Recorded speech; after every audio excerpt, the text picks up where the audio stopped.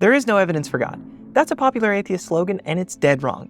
Evidence is something that indicates the way things are. John's fingerprints on the gun are evidence because they indicate that John is the murderer. But physical evidence like fingerprints isn't the only kind of evidence. Experience, testimony, and arguments can all count as evidence too, because they can all indicate the way things are. Your sense experience is evidence there's an external world. The testimony of scientists about their experimental results is evidence for their conclusions. Mathematical or logical proofs are evidence for particular theorems. This is significant because theists offer the same sort of evidence for God. I'm thinking of evidence like religious experience, testimony to miraculous events, and arguments for the existence of God, like the fine-tuning argument. So yes, there is at least some evidence for God.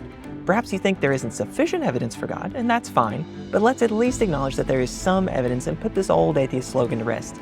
And even if you don't like the definition I've given of evidence, which by the way is the standard definition in the philosophical literature, we can still acknowledge that there are things that indicate that God exists, and at the end of the day, that's what really matters.